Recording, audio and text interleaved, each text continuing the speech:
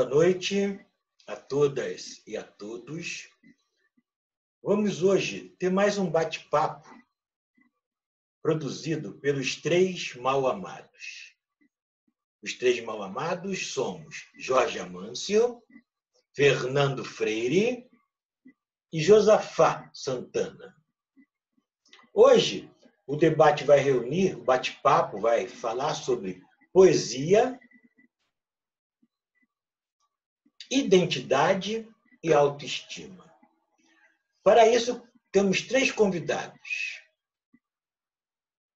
Lourdes Teodoro, que nasceu em Formosa, no estado de Goiás, veio para Brasília em 1958. Desde os anos 60, divulgou seus poemas em jornais brasilienses, tendo feito a primeira antologia no Colégio Elefante Branco, na década de 60. Poeta desde a adolescência, publicou alguns livros, entre poesias, ensaios, críticas literárias e ensinos das artes. Na leitura dela, teremos do livro, alguns livros, será citado os nomes. Foi professora do Instituto de Arte da Universidade de Brasília até o ano de 2000. É membro da IPA, International Psychoanalytical Association, Associação Psiquiátrica Internacional, com sede em Londres. É membro é associado da Sociedade de Psicanálise de Brasília e filiada à Febrase. E como psicanalista, ela é terapeuta comunitária. Muito obrigado, Lourdes. Agradeço imensamente aceitar o convite. E queria falar também que o tema é baseado exatamente num artigo que a Lourdes escreveu no jornal Correio Brasiliense, né? Depois nós falaremos sobre isso.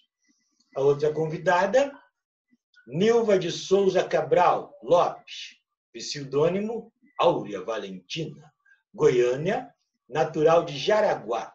Na infância morou em Anápolis, desde 2000 reside em Brasília, nasceu em 1971, é poeta, mãe de 2 filhos, empresária, psicanalista, formada em orientação educacional, pós-graduada em gestão de pessoas e saúde pública. Bem, tem 2 livros lançados e várias antologias. Luz do Invisível e Desnudando da Escritora é um programa que ela tem também pelo YouTube, pelo Instagram, né? É pelo Instagram, né? Todas as quinta-feiras. É muito interessante. É uma Nilvia bem descontraída, vale a pena ver. Ok? Muito obrigado pela presença. E o nosso próximo candidato não, perdão, o nosso próximo convidado é o Pedro Ivo. Pedro Ivo é educador, escritor, poeta e artista da palavra e produtor cultural em Brasília. Organiza e participa de encontros literários em diversos estados brasileiros.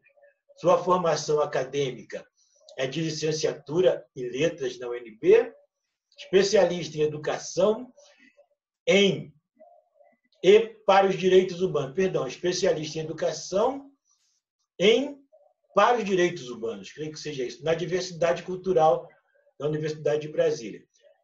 Mestre em Educação, Linguagem e Tecnologia pela Universidade do Estado do Goiás, é membro do coletivo dos escritores LGBT do DF, CELGBT-DF, e do coletivo Afrobichas, também do DF.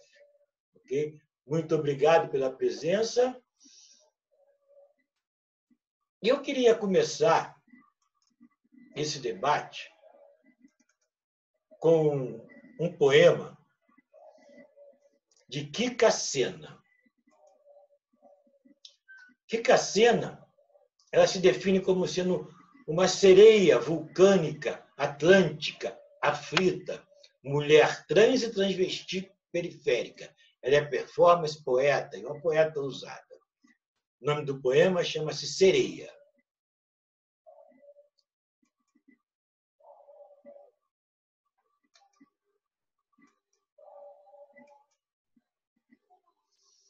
Eu sou a primavera. Não, perdão, sereia. Ela carregava consigo um olhar impenetrável, capaz de atravessar qualquer um que ousasse cruzar a sua mira. Possuía as belezas sobre-humanas dentro de si. Era demasiadamente materna, marítima, mulher, sereia dos mangues deodorenses. Trazia em suas veias as lamas espessas dos filhos seus, pois fazia questão de espalhar seu cheiro nato. A sereia, sereia suprema, se não fosse a supremacia de carregar o intangível no nome. Seria peixe ou mulher? Sereia ia ser, lá nas pedras onde as ondas se quebram no mar. Sereia? Não sei se ria. Talvez nas ruas, nos becos, nas vielas. No mar, não. No mar, era furacão, um azul profundo, incompreensível. Realmente, uma sereia. Josafá,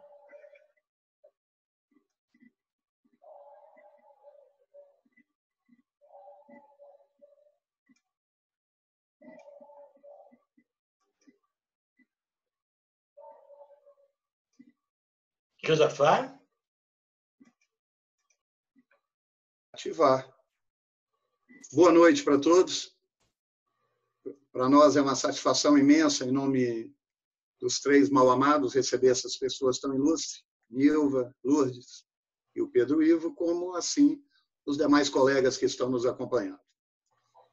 Eu queria começar da seguinte forma. Somos pivetes, balconistas, assaltantes, e quantos mais que de Palmares, nem Ares, que de Palmares, sós, usais. Helicóptero, RPs, radiopatrulha, Volkswagen, sobre favelas, baixadas, vilas e areais. Metralhadoras, 38, pistolas e pontapés, socos e beliscões. Salve o 20 de novembro. Eu, de Palmares, nem os ares. Eu, de Palmares, só usais.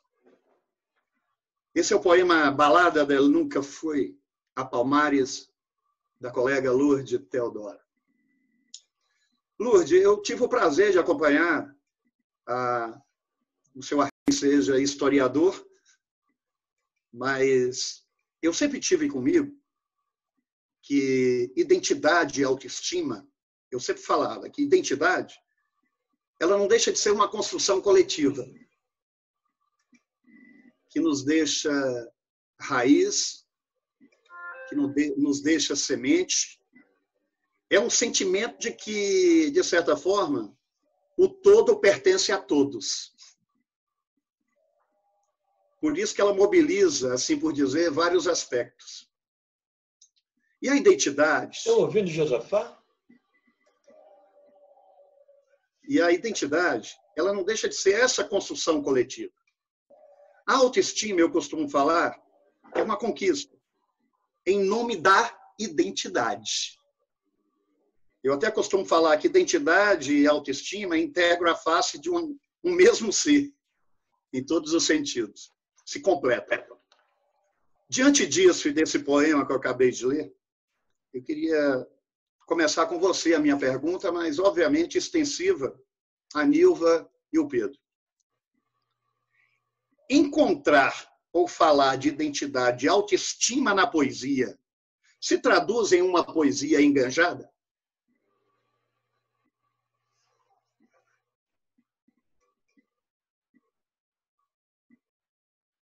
Jorge, som para Lourdes. Desativa o som, Lourdes.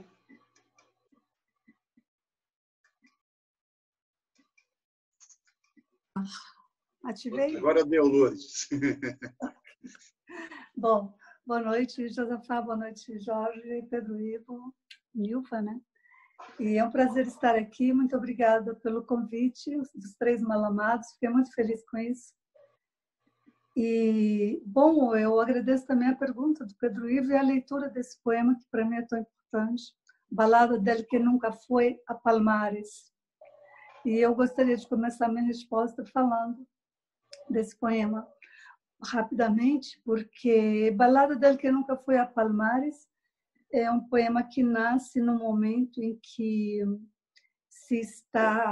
o movimento negro brasileiro está meio que assumindo, né, poderosamente o passado histórico com o Zumbi dos Palmares e etc., e o governo cria uma fundação cultural com esse nome.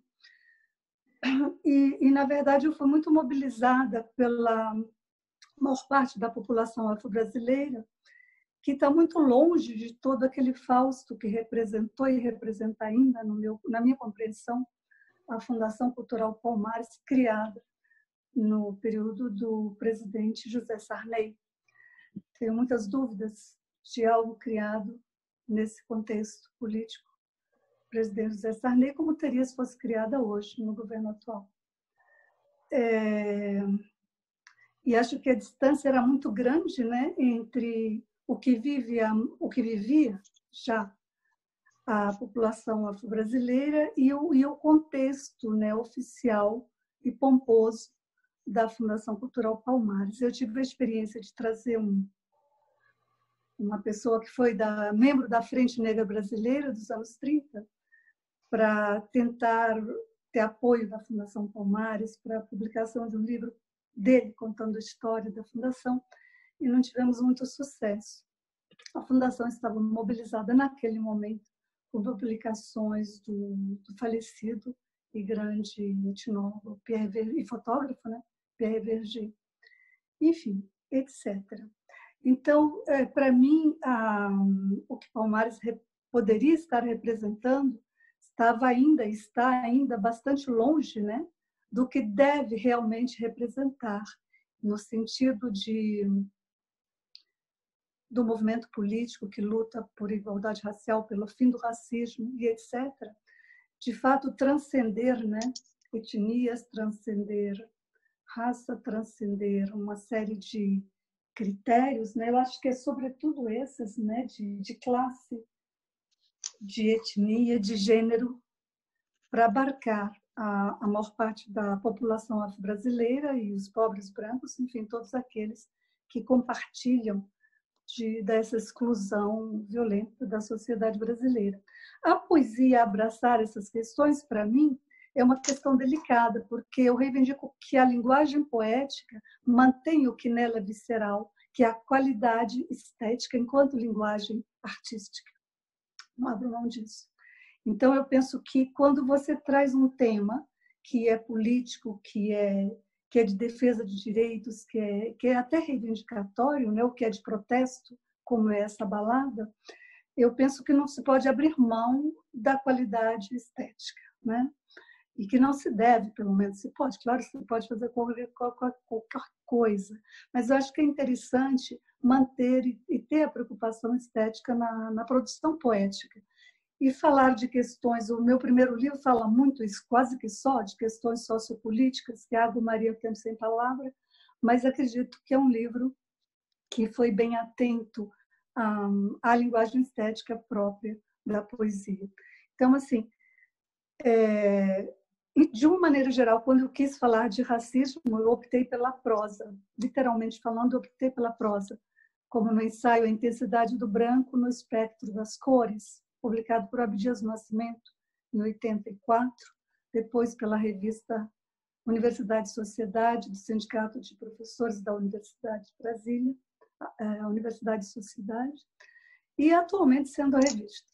Mas, enfim, é no texto em prosa que eu acho que melhor a gente aprofunda a questão étnico-racial, a desigualdade de raça, classe, gênero no Brasil, que se encara melhor e se trabalha melhor nisso. Mas a poesia permite também a gente expressar o que a emoção pode nos trazer e expressar da revolta que nos causa a desigualdade racial no Brasil, o racismo mesmo, né?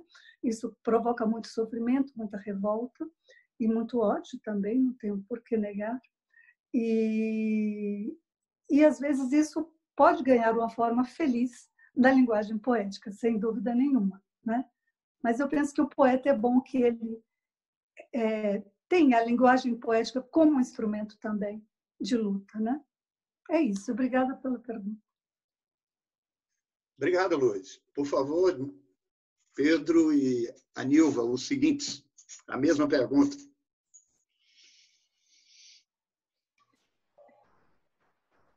Na dúvida, Pedro? Eu estava tentando desativar o microfone. Bom, agradecido muito pelo convite. Vocês estão me ouvindo direitinho? Sim. Tudo ok. Lourdes, deixa o microfone um instantinho. Perdoe-me, Pedro. Tá. Lourdes, fica ligado o microfone agora. O Pedro também depois deixar ligado. E a Nívia também. Nilma também depois deixar ligado, ok? Obrigado. Desculpa a interrupção. Tá. Fica um ligado de cada vez? Ou os três? Deixa. Tá.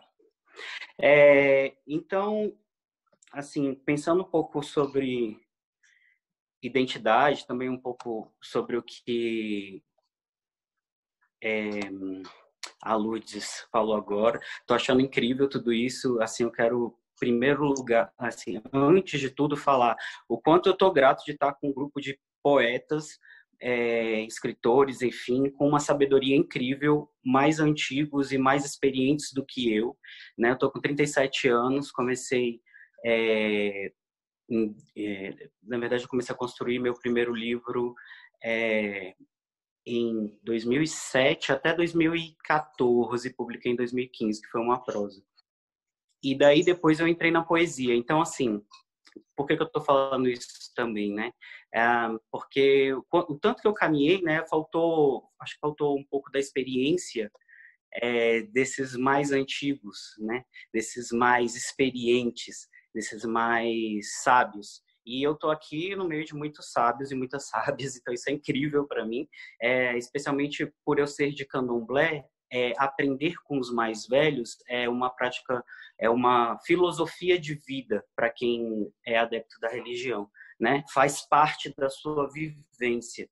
E eu acho que falar de identidade na escrita poética, falar de autoestima, enfim, como isso se manifesta, para mim é muito caro, assim, né? É muito valioso falar sobre isso, porque o meu primeiro livro foi escrito pensando sobre isso, o segundo livro também e o terceiro também. E o terceiro é o que traz essa marca mais contundente, né? Que é o Afroqueer, Existência, Dor, Luta, Amor. Esse bem aqui.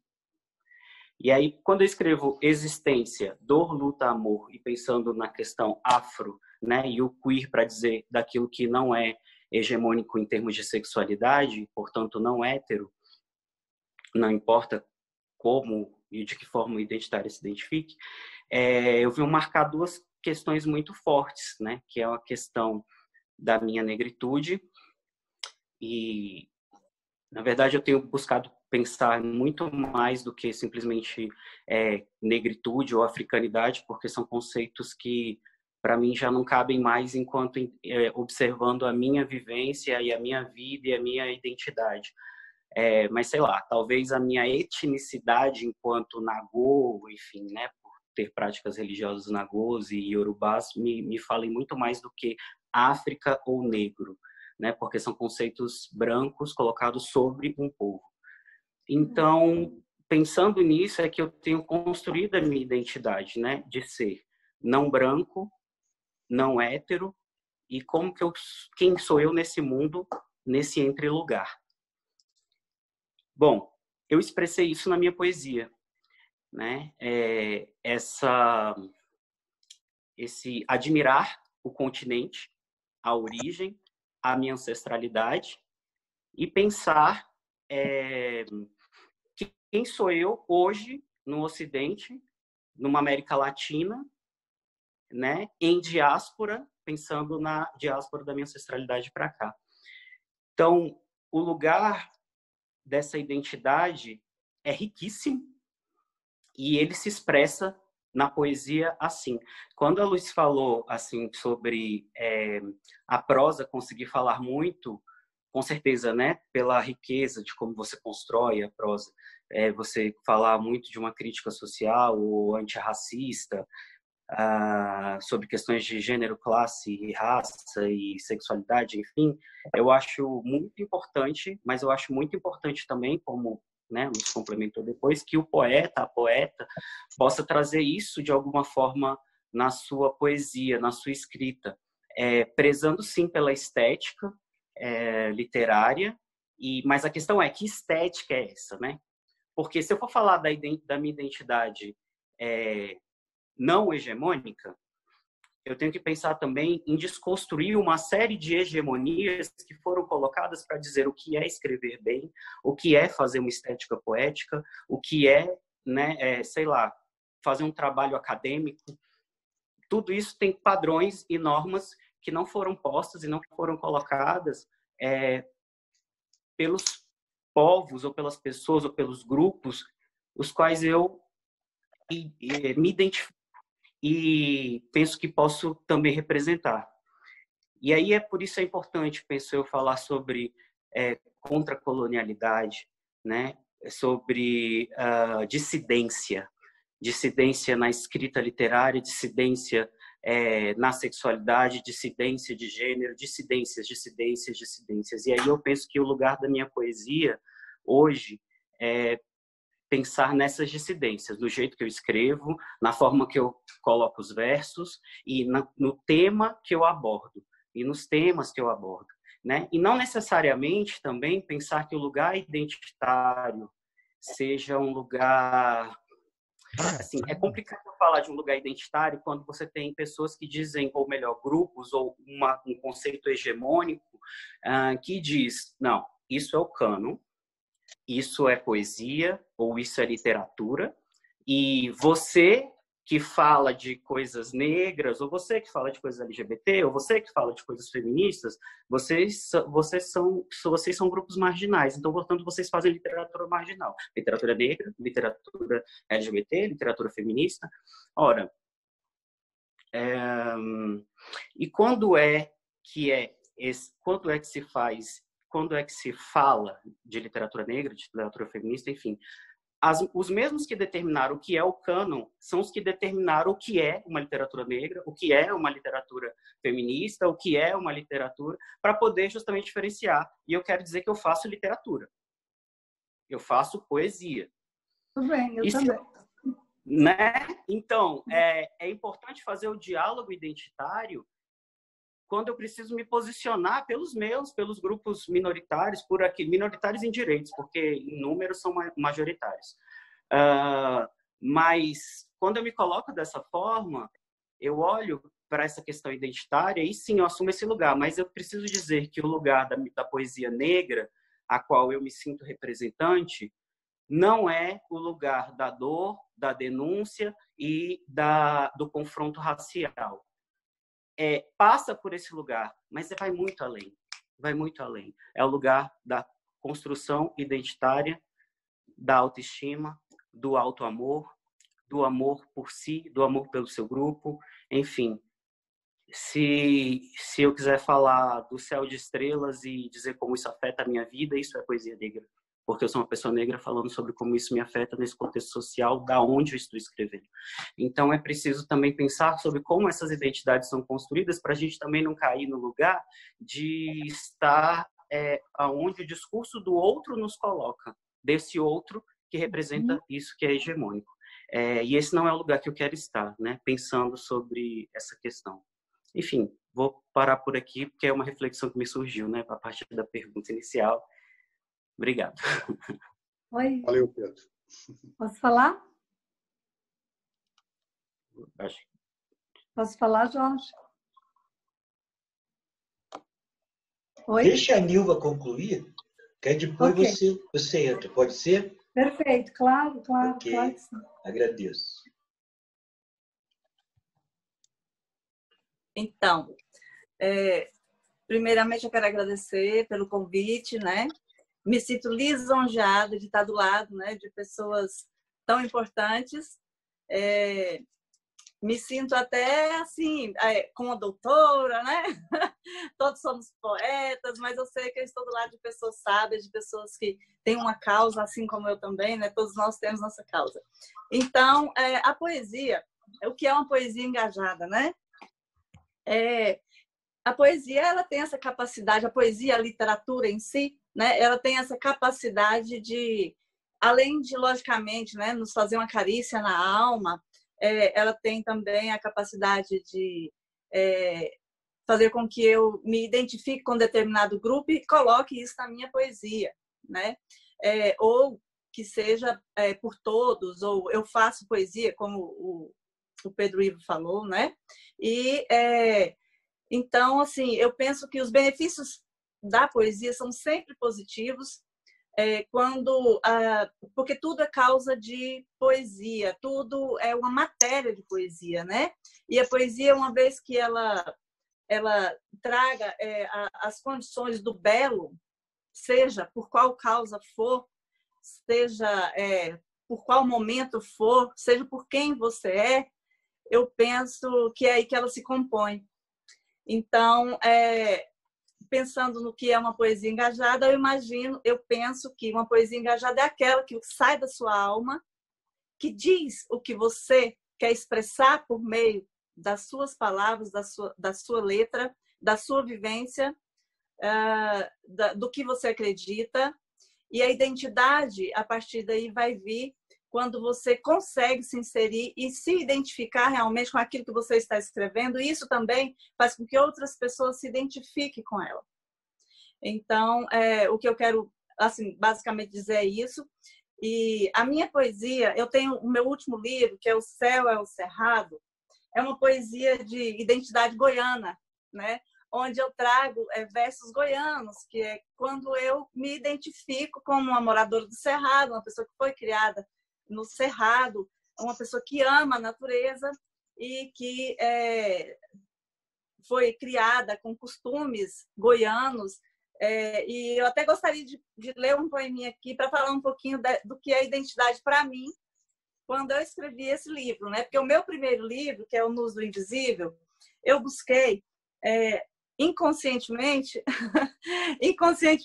eu fiz uma declaração de amor, eu acho que a mim mesma. Então, eu falei muito sobre minhas causas, sobre meus encontros, eu acho que o poeta é muito disso, né? E muita gente se identifica com esses poemas, porque eu falo muito de amor, eu falo da falta do amor, da falta do diálogo. Então, acaba que as pessoas se identificam. Eu quero finalizar minha fala falando um poema que eu vou falar isso aqui mesmo, chama-se Nossos Causos, que é do Céu ao Cerrado. A gente se juntava para contar causos no rabo do fogão a lenha. Enquanto a lenha queimava, trazíamos para junto de nós até quem na terra já não estava. Lembrávamos dos tios, das tias, das avós, das vizinhas, enquanto a lenha queimava, em carvão e cinzas se transformavam. Das cinzas dos mortos fazíamos causos, uns engraçados, outros de arrepiar. De vez em quando, uns estalos. Seriam os mortos se revirando no caixão? Não, não. Só a madeira, que de vez em quando gritava porque morria queimada. O café pronto e a conversa continuava. As manhãs na roça eram de prosa boa e muitos...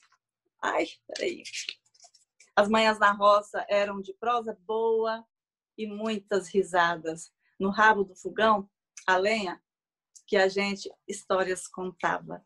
Identidade, eu creio que, né, identidade literária, eu penso que é bem por aí, tá bom?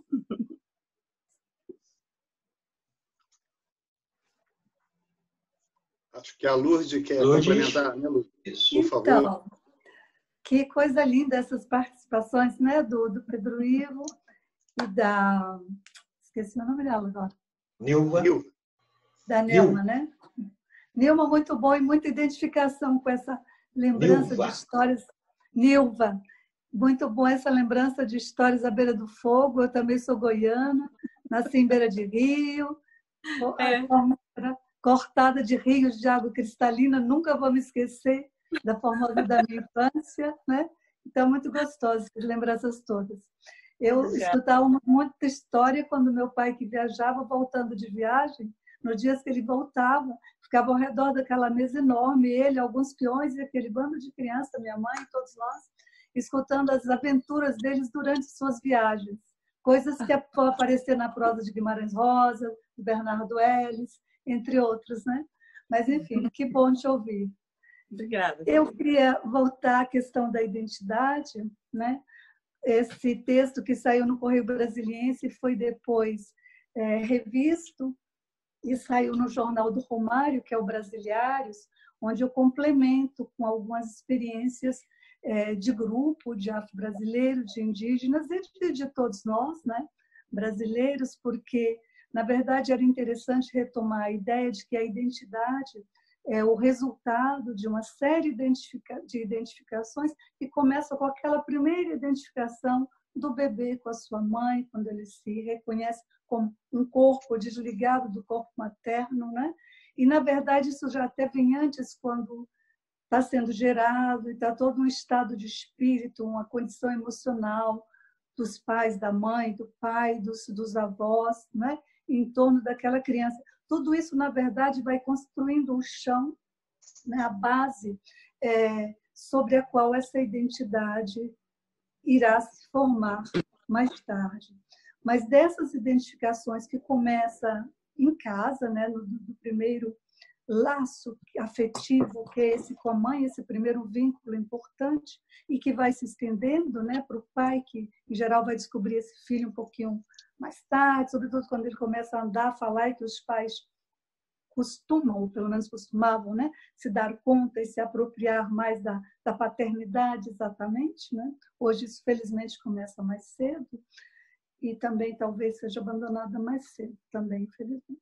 Mas, enfim, o que eu quero dizer é que a identidade é resultado de um longo processo, né, que começa desde a gestação, a nomeação, né, porque quando você recebe um nome, esse é o primeiro elemento constitutivo da sua identidade, e tudo o que vai se agregando ao longo da vida, em termos de experiências de vida, de nome, sobrenome, apelidos que você vai receber, todas esses acréscimos ao longo da vida, uma profissão que você escolha, né? Um emprego que você virá a ter. Todos esses elementos vão constituindo aspectos inerentes, próprios da sua identidade. Claro que em nenhum momento você vai poder ser reduzido a uma dessas características sem que as outras sejam ou negadas ou omitidas, né? E o Pedro Ivo falava da questão do negro, ou ser negro, né? Até onde isso pode ser aquilo que vem como significativo primordial da sua identidade, né? Quando o negro fulano, por exemplo, se torna o elemento constitutivo, aí sim toda uma identidade de vida, toda uma subjetividade, na verdade, está sendo escamoteada, está sendo negada, né? E a subjetividade é o elemento chave, né? O chão da identidade é a subjetividade de cada um. Por isso o nosso nome próprio é tão importante, e é importante que ele seja sempre respeitado e venerado. A gente vê que em certas culturas, como a cultura Iorubá, né? O Afon, por exemplo, o bebê, quando nasce, ele tem um nome próprio, que é aquele nome dele, tem aquele nome que evoca mais a família, tem aquele nome que evoca todo o seu grupo étnico, tem aquele nome que vai referir-se ao elo a significação que ele traz para a família, né? Ou o sol que ilumina, ou aquele que evoca a nossa história de lutas e de perdas em guerras, ou aquele nome que nos traz honra, né? Então, o Aniemi, Ayodê, Ogum, como parte do nome da pessoa, todos esses aspectos estão vinculando o indivíduo, primeiro a ele próprio, que é o primeiro nome, e depois à família, e depois ao grupo étnico, que é a sua história, depois a ancestralidade religiosa, esse prefixo também do orixá vai estar vinculado ao nome próprio da pessoa. Em geral, vão tomar uns 6 nomes, mais ou menos. No passado, não sei se hoje, as famílias nigerianas, por exemplo, ainda praticam essa maneira de nomear uma criança. Mas o que eu quero dizer é que o nome é cercado de toda uma cerimônia que introduz, de fato, a pessoa que nasce, o bebê que nasce, não apenas no seio daquela família, mas no seio de uma comunidade, de uma etnicidade, até de um país, né? E de uma história que, em geral, abarca pelo menos 6 gerações, né? Ora, se nós pensarmos o tempo da escravidão no Brasil, é só agora que um bebê brasileiro, afro-brasileiro que nasce, começa a poder se referir pelo menos a umas 6 gerações anteriores, né? Meu pai nasceu poucos anos após o fim da escravidão, nasceu em 1913, quer dizer, 15 anos após o fim da escravidão. Então, para retomarmos, por exemplo, 6 gerações, hoje a gente quase consegue, né? Minha neta, tataraneta, vai conseguir. Mas eu mesma já não poderia voltar atrás 6 gerações minhas para ter uma história com esse peso, essa significação. Isso dito, estou falando dos afro-brasileiros, mas isso vale para os brancos brasileiros também, quer dizer, poucos são aqueles que poderiam remontar muito além de 4, 5, 6 gerações a sua história pessoal, né? Muitos têm também essa história perdida no tempo.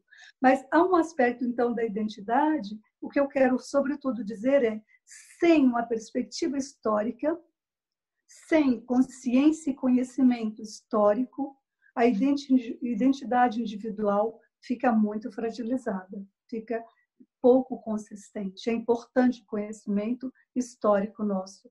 Quando eu digo isso, eu estou também querendo dizer que nós não podemos negar a escravidão.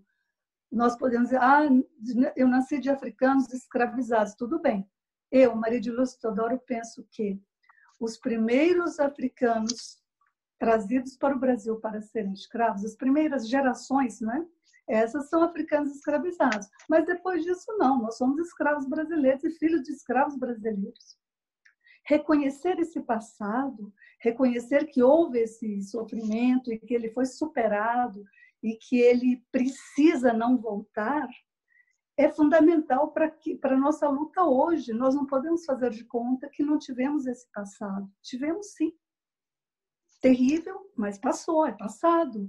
Mas é preciso incorporá-lo no que somos. Eu não posso negar esse passado e pular para, sabe, atravessar o continente e voltar para uma África livre como se eu tivesse saído da liberdade para hoje. Não, não saí. O meu passado passa por esse nosso passado no Brasil para depois, sim, eu olhar para a minha africanidade. Então, quando Pedro Ivo fala que está próximo do seu orixá, talvez com mais força do que do ser negro ou da africanidade, esses 2 conceitos são muito importantes para nós, preciosos. Estive em vários países africanos e isso é precioso para o que sou hoje, né? Não ignoro. Mas, assim, de todo modo, meu chão mesmo é o Brasil. A minha história identitária que me constitui e que me dá forças para sobreviver num ambiente muitas vezes bastante hostil, né? É esse passado, não posso ignorá-lo. Eu tenho que tê-lo nas minhas veias, incorporado no meu corpo, na minha mente, na minha alma, na minha razão, no meu olhar para o mundo, no meu olhar para mim mesma, para a minha família, para a história que ela conseguiu construir, né, na vida. E sem isso, eu não sei que sentido teria uma identidade individual. Agora, essa identidade individual, daí para o grupo, né, é uma extensão dessa experiência para outras pessoas afro-brasileiras ou negras, como quiserem, ou pretas, como eu. Né? Essa extensão também é radicalmente importante, que é compartilhar essa experiência de vida, que pode ser muito diversificada conforme a região do Brasil em que a gente esteja. Goiás é mais católico que candomblecista. Quem não sabe disso, eu não sei, né?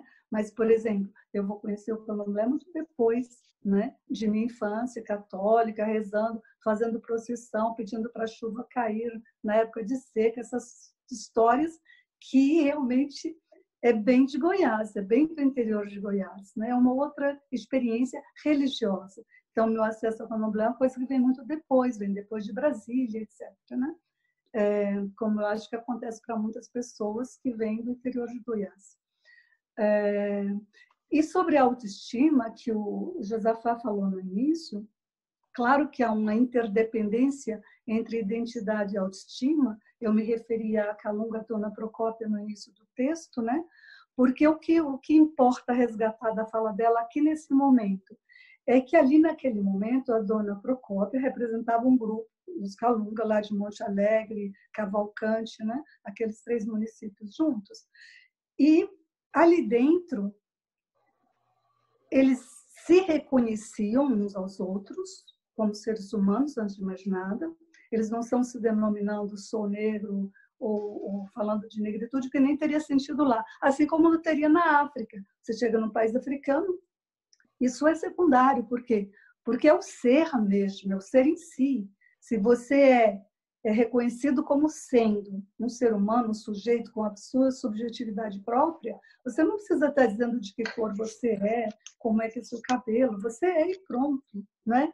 Por que nós precisamos tanto? Talvez isso, nós afro-brasileiros. Nosso discurso, nosso olhar para nós mesmos está muito atravessado pelo olhar do branco, nos olhando e falando de nós a partir do lugar do branco, sem nos darmos conta disso.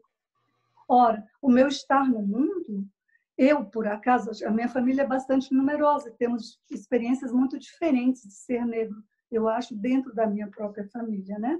Para mim, eu soube disso muito cedo, na infância, bem precocemente, o que fazia de mim o que eu sou hoje, né? E que tenho sido ao longo da minha vida. Um ativista contra o racismo, sou poeta, sou uma crítica literária. Em geral, tenho tentado conseguir ser o que eu quero ser, mas, às vezes, o custo é muito alto, né? De vez em quando, a gente desmonta e a razão não se sustenta diante da agressividade do racismo, de vez em quando. Apesar da nossa experiência, da maturidade, etc, etc. Aos 70, depois dos 70, a gente ainda ouve coisas que ouviu aos 20, que não devemos falar de um determinado assunto, que esse lugar não é bem para você. É um negócio absurdo, mas isso é Brasil, né? E eu digo isso é Brasil porque fora do Brasil eu tive a oportunidade de ser o que eu tento ser aqui, com um custo emocional, eu diria quase que zero. E aqui o custo emocional é muito alto, praticamente todos os dias, né?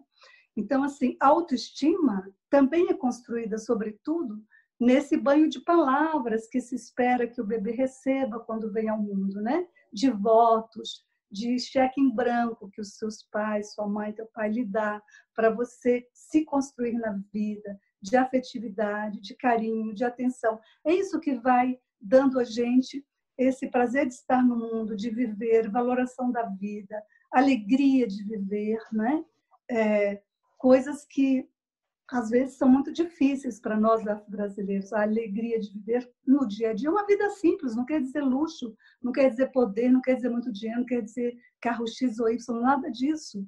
Mas feliz com o ar puro que respira, feliz com o sol, sabe? Feliz com coisas simples da vida. Enfim, tudo isso tem a ver com a nossa autoestima. Poder realizar, suprir necessidades básicas, se educar, ter um trabalho, ter a dignidade de ter um teto.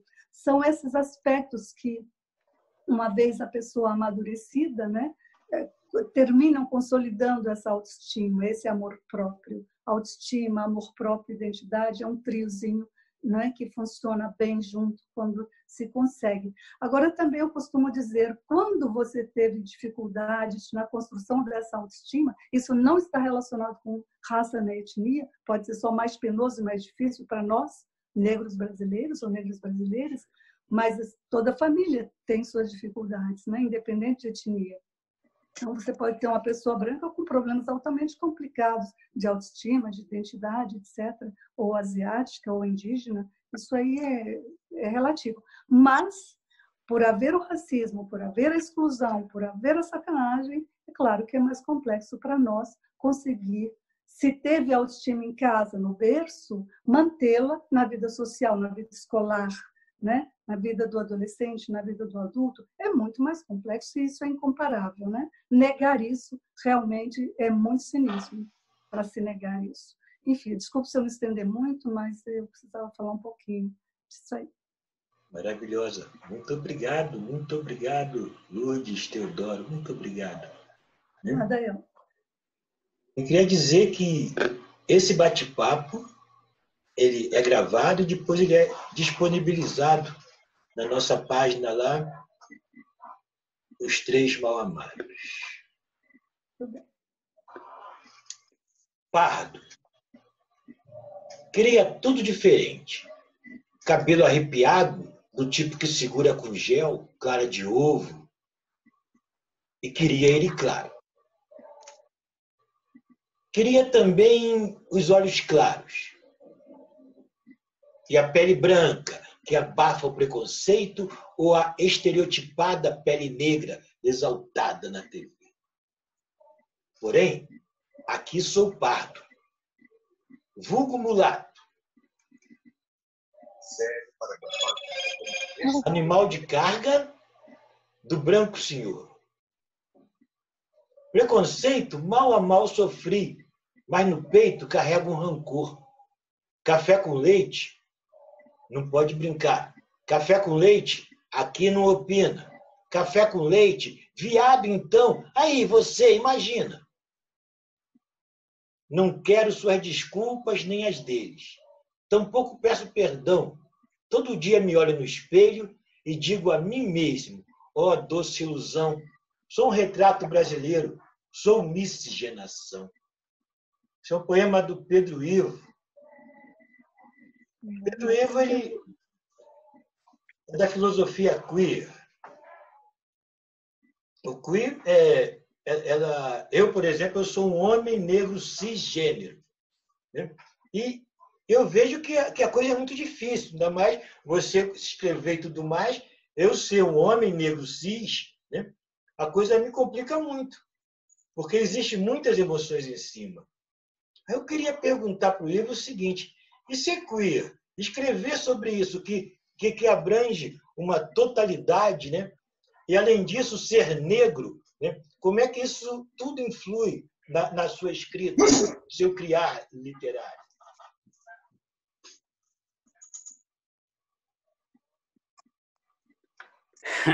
Bom, muito legal. Obrigado pelo poema. Esse é um dos poemas que eu gosto muito. Na verdade, eu deixei de gostar desse poema por um tempo, até que, porque ele é do meu segundo livro, Amores, Angústias e Flores, Poesias Escolhidas. E daí eu reescrevi e modifiquei alguns versos para uma reflexão diferente, para ele constar no livro Afroqueer Existência.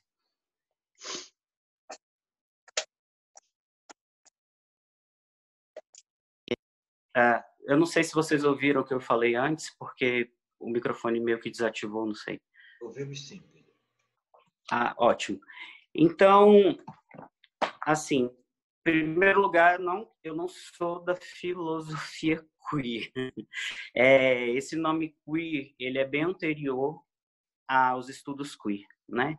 Na verdade, uma movimentação de negros e negras LGBT na Inglaterra, nos Estados Unidos, já começa enquanto movimento social, sexual dissidente, e se apropriam desse nome quanto queer, por ser um xingamento, né? Tanto quanto viado, enfim, qualquer outra coisa assim, estranho, sei lá. Alguém não hétero e de maneira pejorativa. E que essas pessoas encabeçam enquanto movimento social, né? Questionando o lugar dessa sexualidade e a forma como essa identidade sexual se constitui. Muito tempo depois, né, que estudiosos vêm na academia coletando todo esse movimento social e aí transcendem de alguma forma para escrever filosoficamente sobre isso, enquanto questionadores, né, de maneira conceitual de questões de sexualidade de gênero.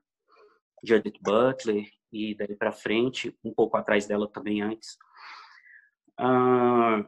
Mas eu quis pensar nesse nome no sentido de significar o dissidente, né? E não no sentido de significar a teoria acadêmica que foi construída a partir da década de 90, do início da década de 90 em diante. Então, assim, quando eu escrevo afroqueer, né? é pensar um pouco sobre esse lugar de negritude, de ligação com o continente africano, mas pensar que, além de eu ser dissidente racialmente, pensando numa hegemonia racial no Ocidente, que é da branquitude, dissidente também enquanto sexualidade. Sexualidade que eu possuo é dissidente. Ela é não hétero, ela é não hegemônica, não padrão. E aí eu penso que esses dois conceitos casam muito, porque a dissidência sexual não é nenhuma novidade que o Ocidente trouxe, como algumas pessoas, especialmente alguns países em África, pensam e perseguem pessoas LGBT e condenam gays à morte porque consideram que existir essa sexualidade, na verdade, é uma influência colonial, quando é bem o oposto, né? A homofobia, a LGBTfobia, né? A fobia à dissidência sexual é que é europeia, branco-europeia, e não a dissidência sexual, porque ancestralmente se existia a dissidência sexual, como vários trabalhos de muitas pessoas aí na academia fizeram valer esse conceito e mostrar isso. Então, eu penso que se eu assumo uma identidade, né, pensando um pouco nesse afro, e pensando enquanto ancestralidade, e pensando no meu lugar que eu estou, e a Luz, né, maravilhosamente falou bem sobre isso, que é esse o ponto mesmo, né? Quer dizer, enquanto eu me olho e me identifico como negro, eu tenho que pensar onde eu estou. E eu estou no Brasil, então, portanto, eu vou valorizar essa minha ancestralidade da terra onde eu estou, pensando também na ancestralidade anterior do continente, que é como a Tatiana Nascimento, que eu amo de paixão, minha amiga, poeta também aqui de Brasília, negra, lésbica, e ela sempre coloca isso. A última obra dela, que foi Queerlombismo Literário, e ela maravilhosamente fala, né, do pós-atlântico, né? Então não é nem diáspora, né? É um momento pós-atlântico, quando nós estamos aqui, né, no continente americano. Então esse lugar, é preciso pensar nesse lugar dessa forma. E pensando em um momento moderno, pós-moderno, enfim, em que essas questões estão muito em voga e muito sendo discutidas, eu preferi adotar esse nome, o queer, para repensar esse conceito e ressignificar esse conceito, enfim, ou mesmo me posicionar dentro de algo que significa dissidência, né? Dissidência de todas as formas, dissidência inclusive na maneira da escrita, né? Na maneira de escrever, né? As minhas poesias, algumas são bem, enfim, tem colchetes no meio que fazem uma interlocução com o eu lírico, tem trechos, né, em Yorubá, fazendo um diálogo com o eu lírico que está narrando, né, porque para mim a poesia é narrativa.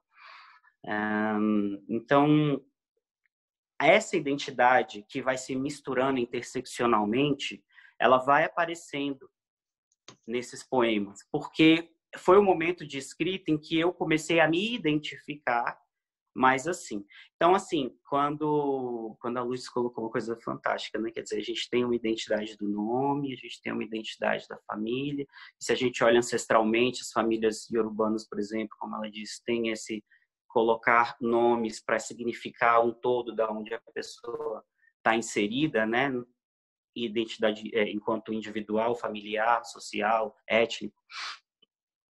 Para eu chegar nesse ponto, eu precisei também assumir algumas identidades, negar outras, e eu acho e entendo que o processo de assumir identidades ou negar identidades é normal, é natural, a gente vai fazendo isso ao longo da vida. E nenhuma identidade é uma coisa só, as identidades são híbridas, né? O Stuart Hall já fala disso. Então, foi nesse sentido que eu fui pensando, mas o que pesa para mim? O que tem pesado nas minhas vivências? E se o meu livro é sobre vivências, e o Espelho das Cores, que foi a prosa, também é sobre vivências, e vivências de um jovem negro, de uma igreja, sendo católico, vivenciando sua sexualidade, descobrindo-se apaixonado por um menino, por uma menina, como que ele vivencia sua religiosidade enquanto católico, sendo negro e ainda por cima se apaixonando por um menino e por uma menina ao mesmo tempo. Isso é dissidência para mim, em todos os aspectos, porque difere daquilo que é hegemônico. E aí esse problema, essa problemática se refletiu nos 2 livros seguintes. No Amores, Angústias e Flores, o personagem principal do Espelho das Cores é quem escreve os poemas, porque ele já escrevia esses poemas refletindo sobre as suas vivências na história do Espelho das Cores. E aí, então, Amores, Angústias e Flores, eu uso o pseudônimo Gabriel da Cruz, porque é o personagem principal do livro Espelho das Cores. Então, todas as poesias que ele escreveu, que no começo de cada capítulo é um trechinho de poesias que ele escreve no livrinho que ele tem com ele, que ele vai colocando as reflexões dele, as poesias e tal, é como se fosse a publicação das poesias dele. E, por fim, vem o Afroqueer, é quando eu me liberto desse momento saudosista e de memória e de pensar na minha adolescência e nas complexidades que eu vivenciei dessa forma, pensando nessa adolescência, enquanto padrões de beleza, enquanto padrões sexuais, e eu me libertei disso para falar disso enquanto problema que me angustiava na minha autoestima, para eu ir um pouco além. O que pesa para mim hoje, eu pensei, para escrever esse livro em 2018? Bom, eu tinha acabado de passar pelo mestrado por um longo processo de trabalhar com narrativas de negros homossexuais e sobre seu lugar na sociedade e tal. Então, essa pesquisa despertou essa veia poética, né? E aí eu fui pensando que essas vivências poderiam ser refletidas como narrativas, mas narrativas em poesia, assim como os Itãs e Yorubás são narrativas, são histórias contadas em versos. E muito longe de ter essa pretensão, né? Mas de me comparar Itãs e Yorubás, mas pensando nessa dinâmica de serem narrativas e histórias contadas em verso, foi que saiu o livro. E como ele representa essa minha identidade de ser essa pessoa que está interseccionada num lugar que entre sexualidade, entre negritude, entre raça e sexualidade, e a partir daí falar, e a partir daí refletir. E daí eu reflito sobre mim mesmo, sobre os meus amores, sobre os meus não amores, sobre o lugar que eu vivo, sobre condições sociais, sobre situações que acontecem no cotidiano, sobre racismo, sobre homofobia, a partir de, sei lá, como tem um dos poemas, que estou refletindo sobre estar num trem e ver uma situação de lesbofobia. E o personagem homem pensa sobre a situação dele, esse eu lírico pensa sobre a situação dele enquanto detentor de um falo e não fazer nada diante daquela situação. Então, que reflexões ele tem dele ser homem, dele valorizar o pênis dele e ainda assim se achar superior àquela situação de violência feminina acontecida no metrô. Isso tudo em poesia. Então, eu acho que dá para a gente contar uma história e dá para a gente fazer uma reflexão forte social se a gente põe isso em versos. Aí vai depender muito dessa qualidade estética, né? Eu espero que tenha alcançado. Enquanto as conceituações, né, que a teoria queer traz, na verdade nem a teoria queer, mas acho que muito mais recentemente pensar sobre o que é ser trans, o que é ser cis, e colocar esses nomes, eu acho que esses nomes ajudam a gente a refletir, mas não que eles sejam para definir pessoas, né? Mas para a gente refletir que se a gente chama pessoas de trans, não é que nós que não somos trans, somos normais e elas são trans. Se elas são trans, nós somos o quê? Cis. Porque estamos em adequação mente, identidade com sexo biológico, corpo, performance do corpo. Pessoas trans não têm essa linearidade com sua identidade enquanto mente, corpo, espírito, algo destoante e elas pensam em readequar isso de alguma forma, trabalhando sua mente, trabalhando e modificando seu corpo, porque, querendo ou não, corpo é construção.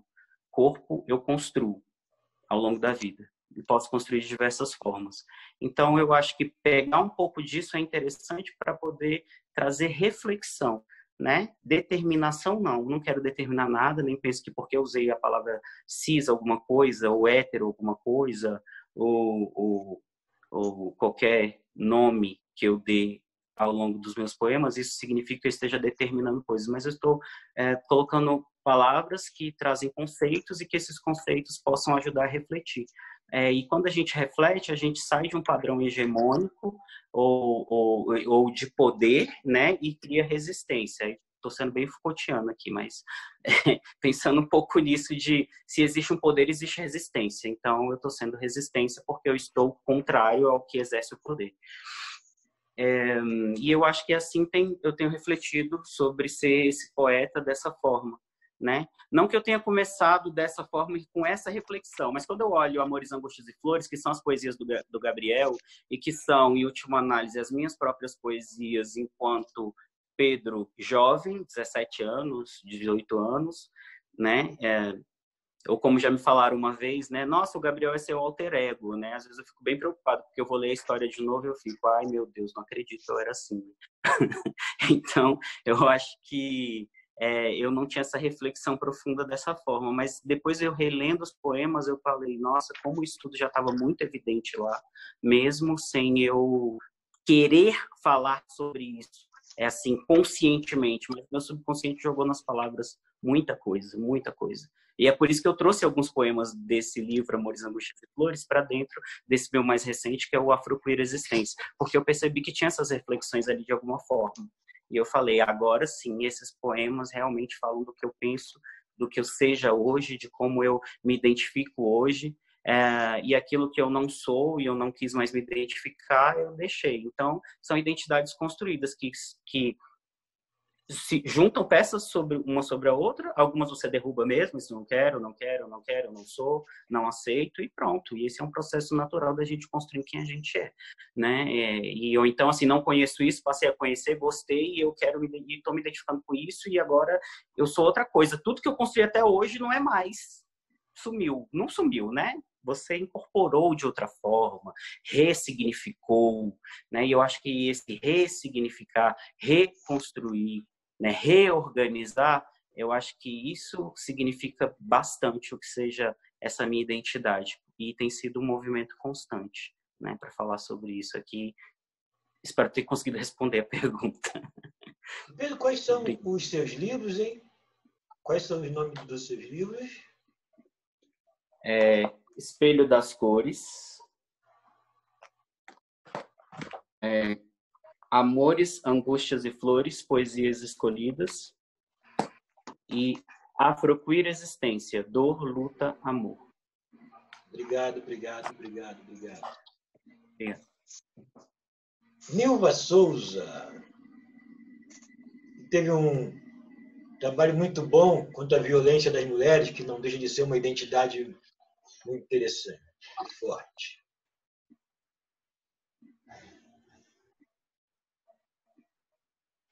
Ok? Sim.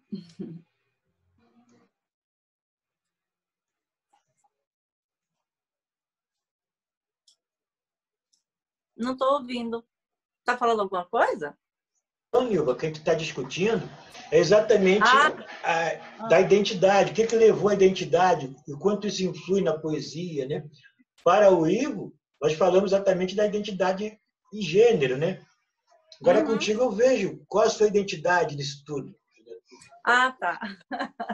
Então, eu acho que a gente vai se descobrindo, né? Essa construção mesmo que a própria Lourdes falou, né? E o Ivo também. A gente vai se ressignificando e vai se encontrando.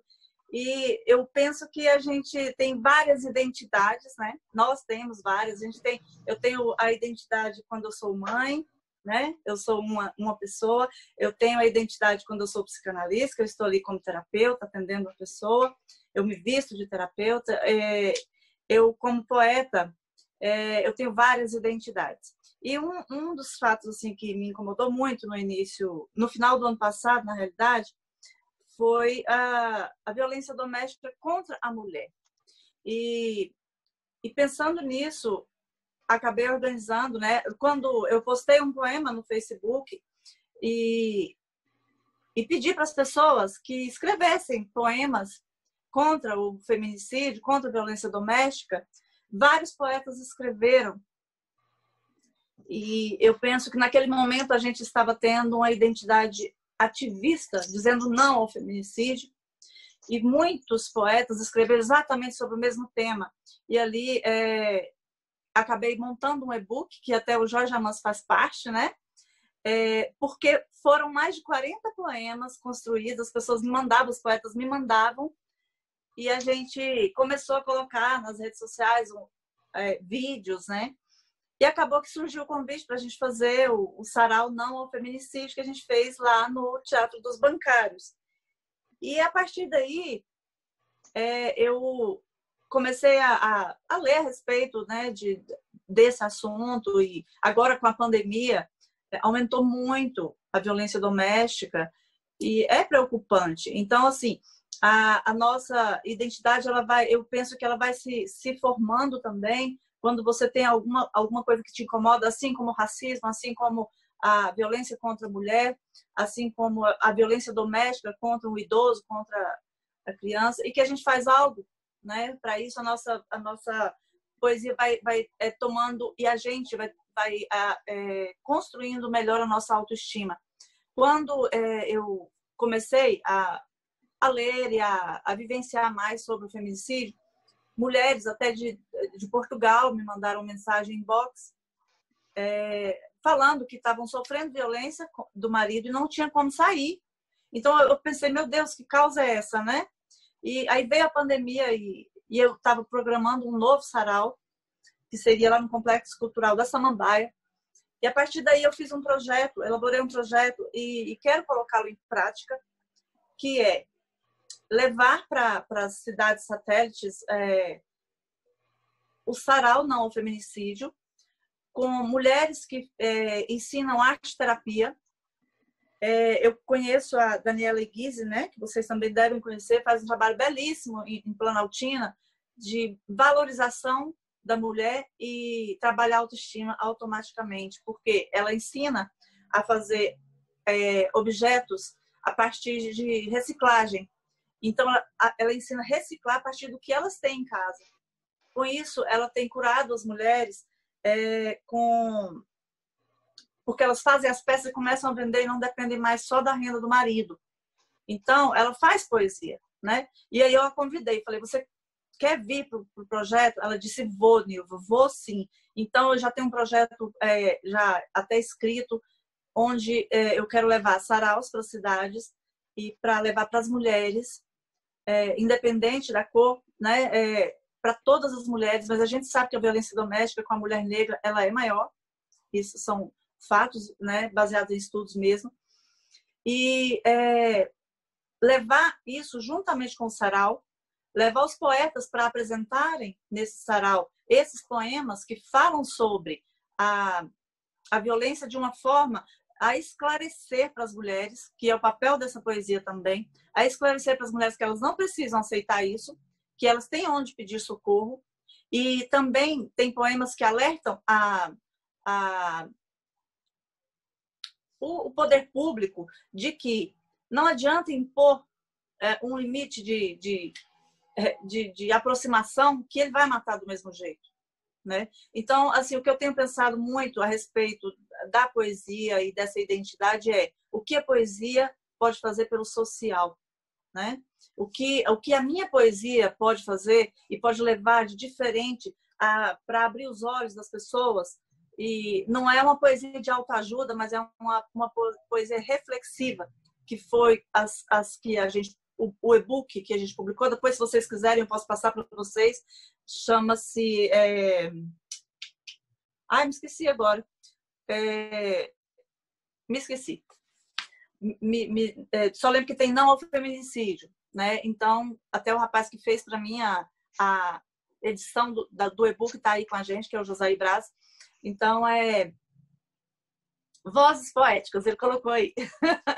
Vozes Poéticas Não ao Feminicídio. Mais de 40 poemas lindíssimos, gente. Assim, de impacto mesmo. Se você ler, você vai vai começar a se preocupar com essa causa também.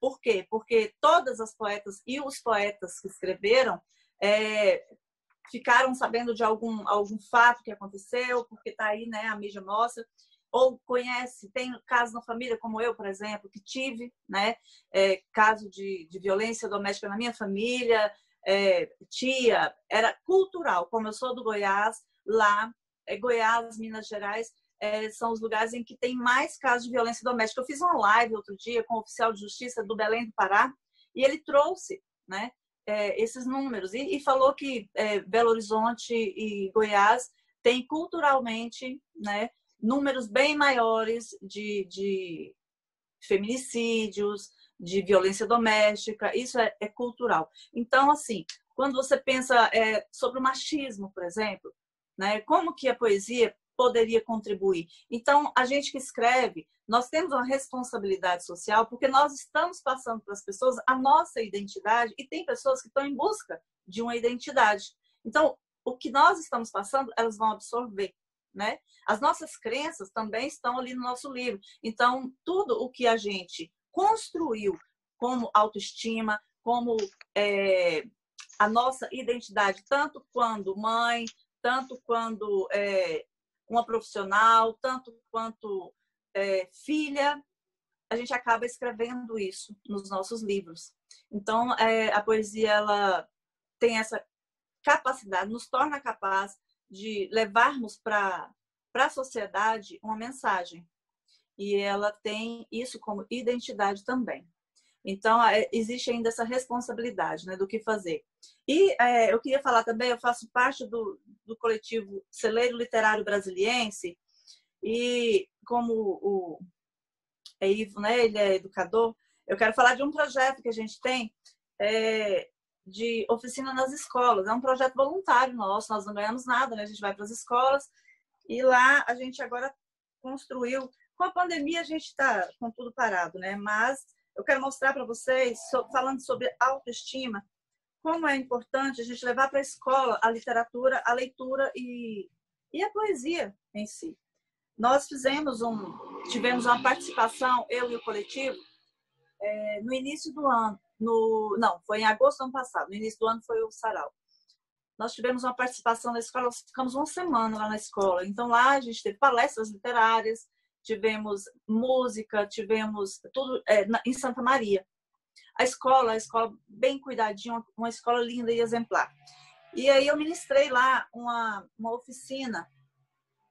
Tá um barulho aqui, estão ouvindo? Uma oficina chamada Quando o Poeta é Você. Qual o intuito, né, de fazer essa oficina? Foi levar para os alunos a possibilidade de que eles escrevessem.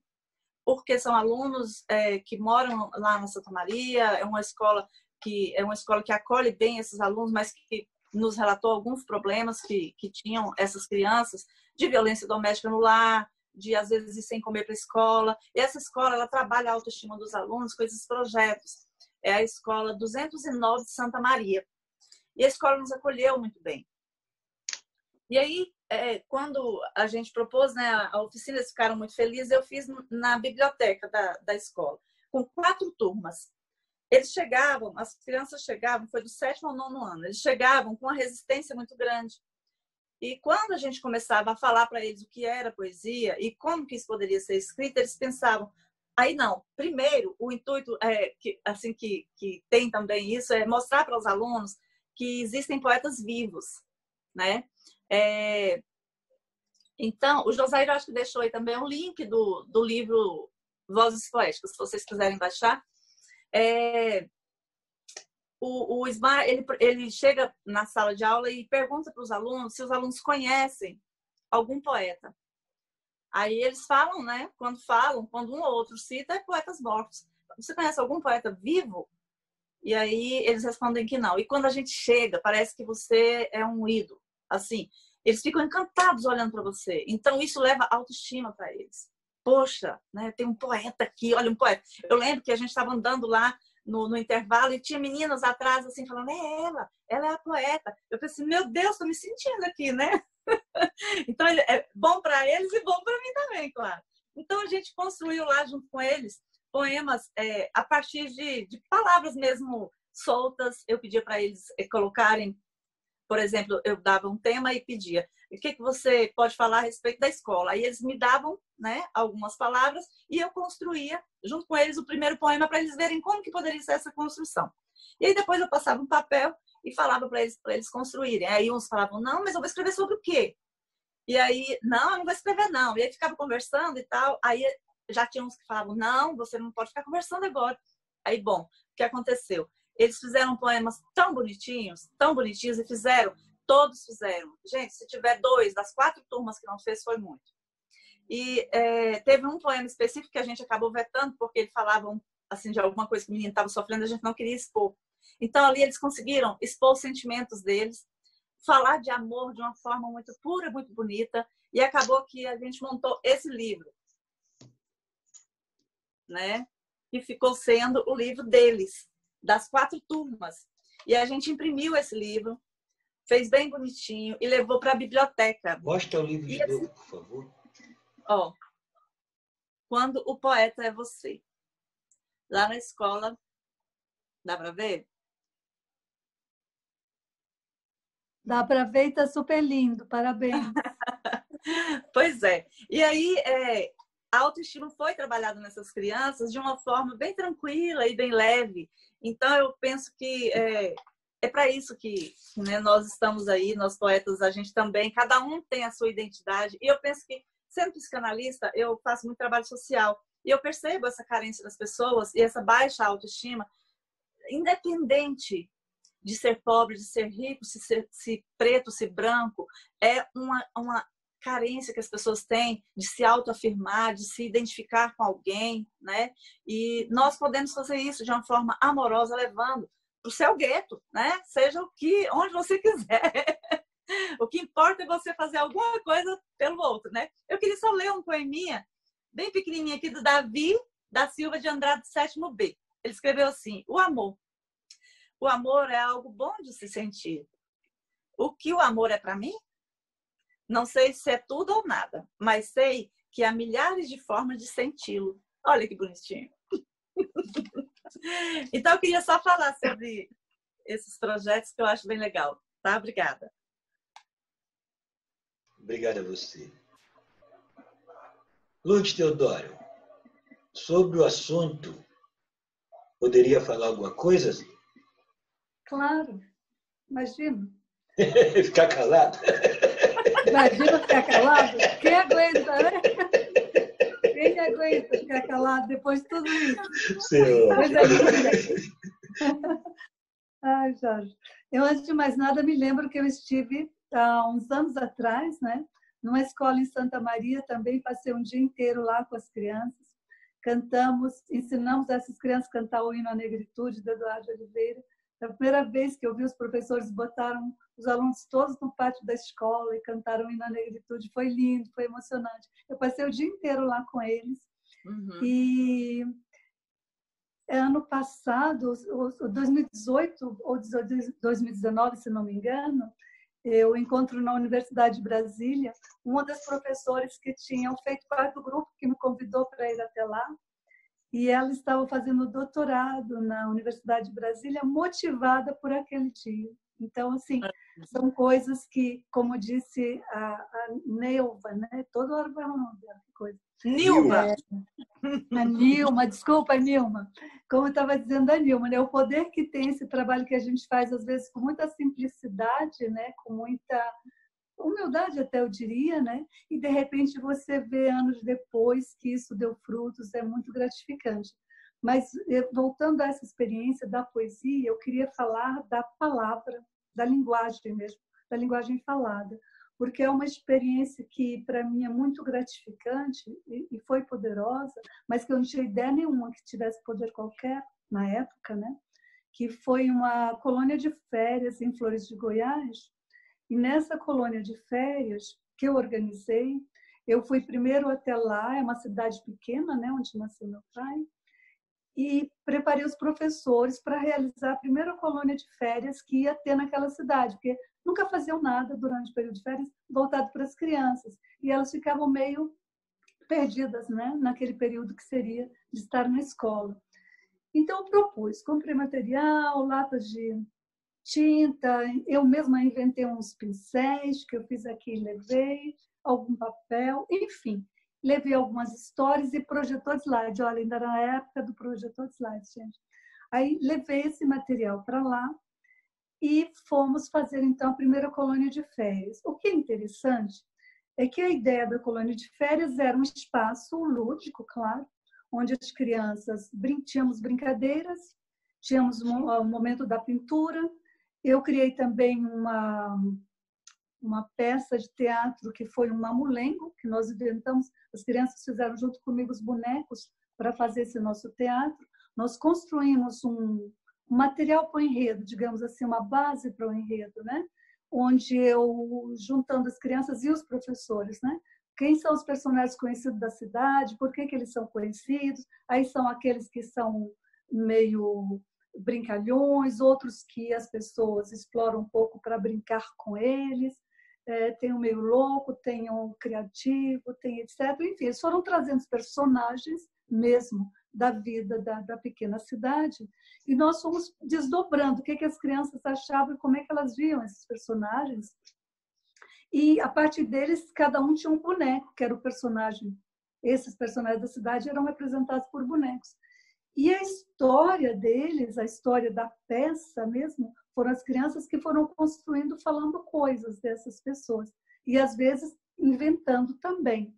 E, com isso, a gente construiu uma história que foi mostrada lá na praça da cidade. A cidade inteira estava na praça.